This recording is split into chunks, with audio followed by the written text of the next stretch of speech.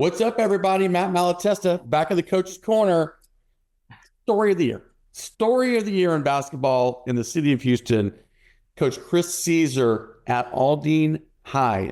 First year head coach. Takes a team that virtually won 0 games last year and is now second in the district in making the playoffs. Coach, welcome in.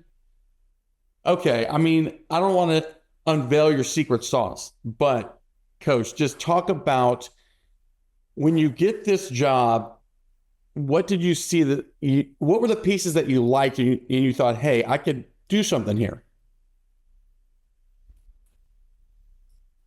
I think just right from the jump, even before getting the chance to see who was coming, already having that mindset that it's going to be special. Just knowing that the Lord was with me, and in particular, I had one of our assistant coaches, Coach Green. He's my first assistant. He and I both coached together at Nimitz for 4 years. I was at Nimitz for 8 years, and we always said that if one of us ever gets the head coach spot, that the other one would come over. And so this spot opened up, and it came over, and we knew we had a similar vision and wanted to just be able to love on kids and be able to see them thrive and really go beyond anything that we've ever done, not just as ball players, but as men. And it's been special because that we knew that, like, regardless of who was going to be here with us as far as players, we knew it was going to be good. And once we got here, I got here, I kind of got a chance to check some guys out at the end of May, and then got introduced to them a little bit more in June, and went to the TABC showcase up in Dallas. And I was really impressed that there was already guys here that had me questioning, like, how did y'all not win one game? Because they got a lot of talent. And so it was we just knew we had something special, and we had to be able to empower them to buy in, not to buy into who we are as coaches, but to buy into themselves that, hey, you're capable of way more than what you think, and you can do it at a high level, and we want to cause you to strive for excellence both on the court and off the court. And I think it's really taken off. And I really knew I had a special group when before the season started. We had a great practice during the period, and there's a moment where we break out to go for guys to go get on the buses, and we break out, and before they go to the locker room, we had a group of guys stay back on the sideline talking to each other, talking about, hey, who wants to run these 17s? Who want to run these 17s? And let's go, and start running. And I'm all amped up and excited because no coach told them to do that. And I just know that a player-led team goes much further than a coach-led team. So, yeah, we definitely knew we had a special group right there. Well, everybody talks culture and turning around a program, but a team that you had to do both. You had to take kids that had not won at all and change their mindset into a winning culture while bringing yourself there as a brand new head coach. What do you think the main important message that really sunk in with them?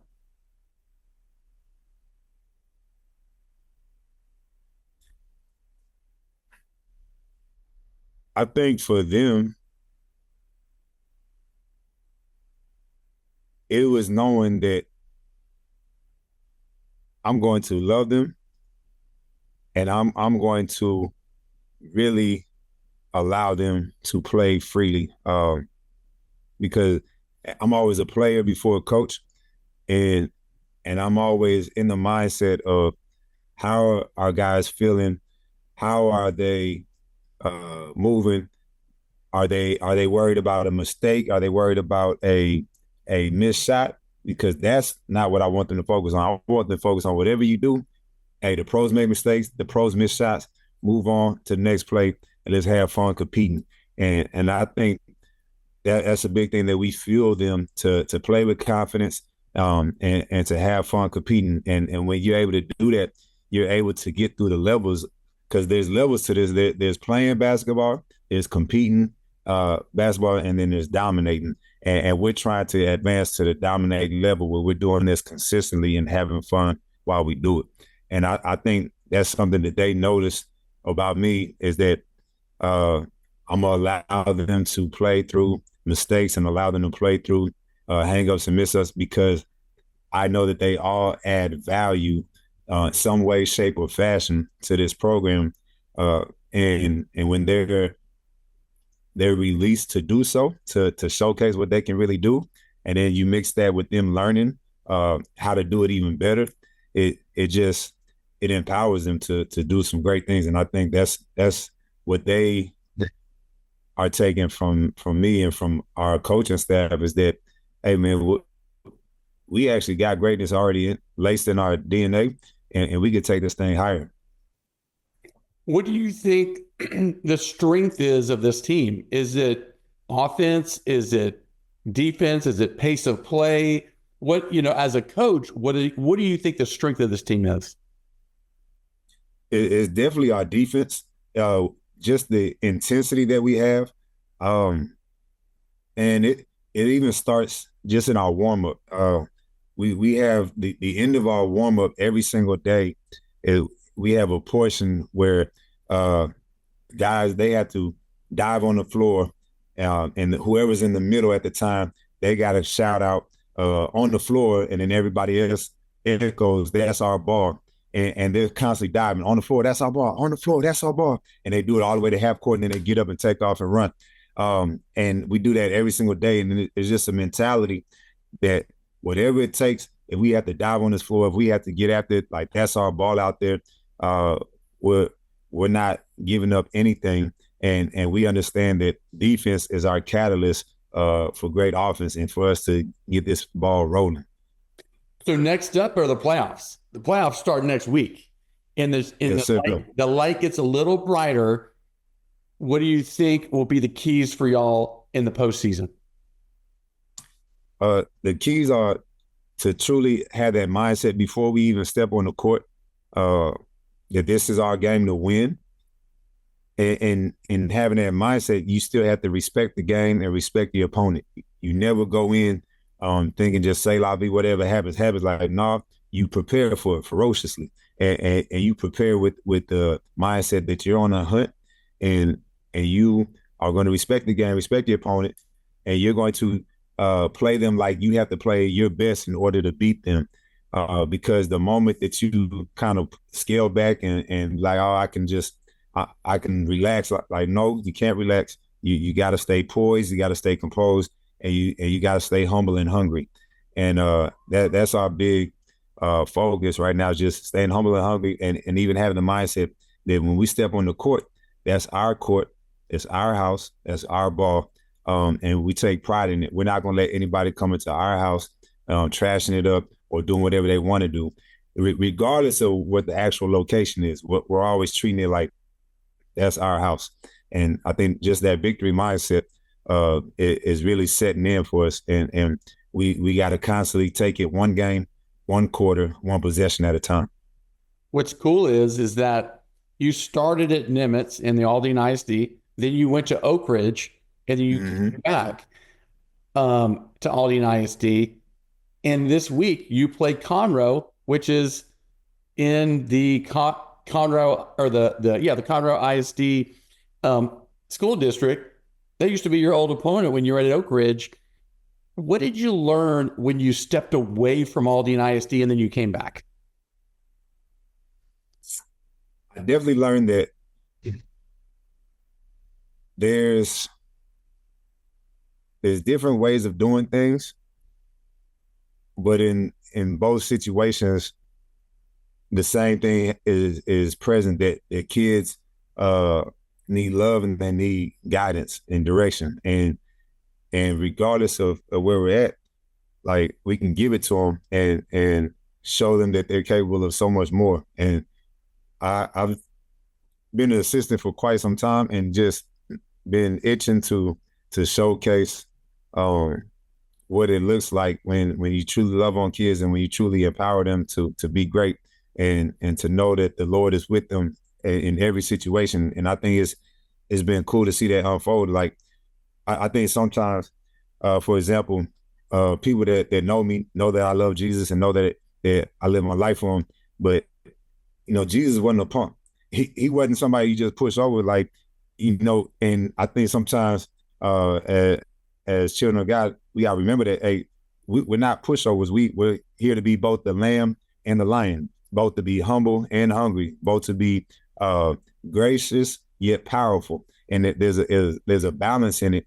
And I think when you have that balance, it allows you to be even keeling and steady and consistent in thriving to do great things. And I do think sometimes there's a little more hunger that I notice sometimes from when I was at Nimitz, when I came over to the Conroe School District, and then coming back to Aldine, there's a certain level of hunger that those that really want it, you can kind of see the difference in the picture. The picture is kind of like this, where there's two guys going for a loose ball. One guy is bending over to get the ball while the other guy is already on the floor to get the ball. And that's the picture that I see in my mind. Who wants it more? Who's more hungry? And I think being able to make that part of our habit where we're building our hunger every day, I think that's kind of the difference I see. Is there's differences, but there can be the same passion and hunger if it's fed on a daily basis. Well said. All right. Who are the stars? Let's talk about these guys. Who is really, and I know you want to probably mention everybody, but just because everybody plays a role, but who has really been those difference makers this season for you? I say my whole starting five can play at the next level. We have we've had multiple guys, like all of our starting five at some point have been in the 20-point range for multiple games. And we have two twins, Joshua and Caleb Green. They're our assistant coach's sons.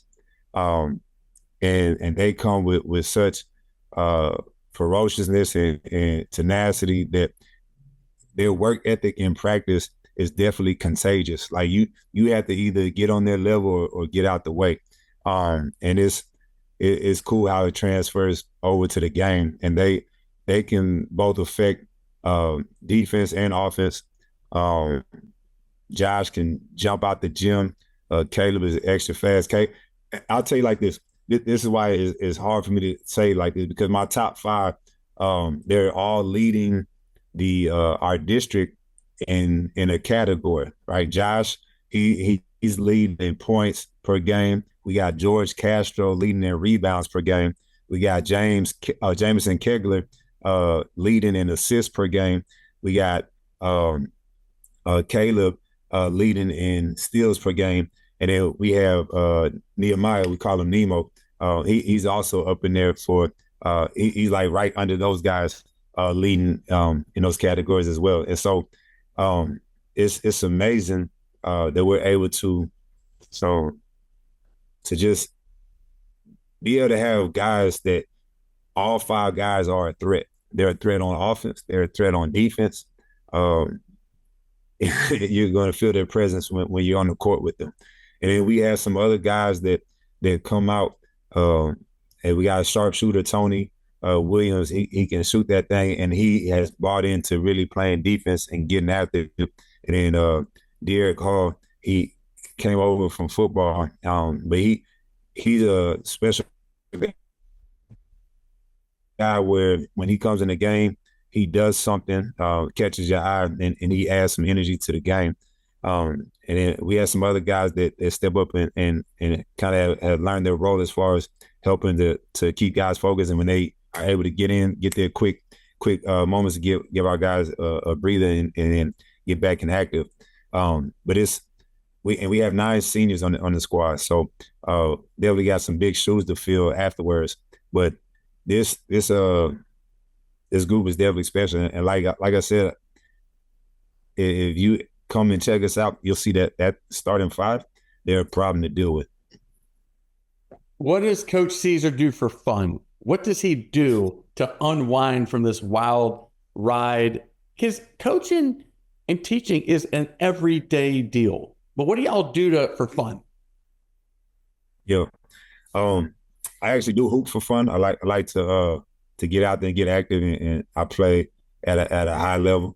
But also I like to hang out with my family. My wife and my daughter are actually on their way to St. Louis, Missouri right now because my daughter has a volleyball tournament out there and playing at a high level. She's being recruited right now, and so I like to see my daughter flourish, and we'll go out there and play volleyball, do some reps and stuff. My son, he plays basketball as well. And we'll play against each other, or we'll get out and play some video games. We'll watch movies. The four of us all will watch movies together. Like to just hang out. We like to go outside a lot, ride bikes and love to go bowling. My wife used to be my only spades partner. Now my daughter has picked up how to play the game of spades. Oh, yeah. So she's my spades partner as well. So I got to get my son on board as well. But it's we like to just whatever we're doing, we like to do it together. My family and I, we call ourselves the Caesarific Four. So we get after it.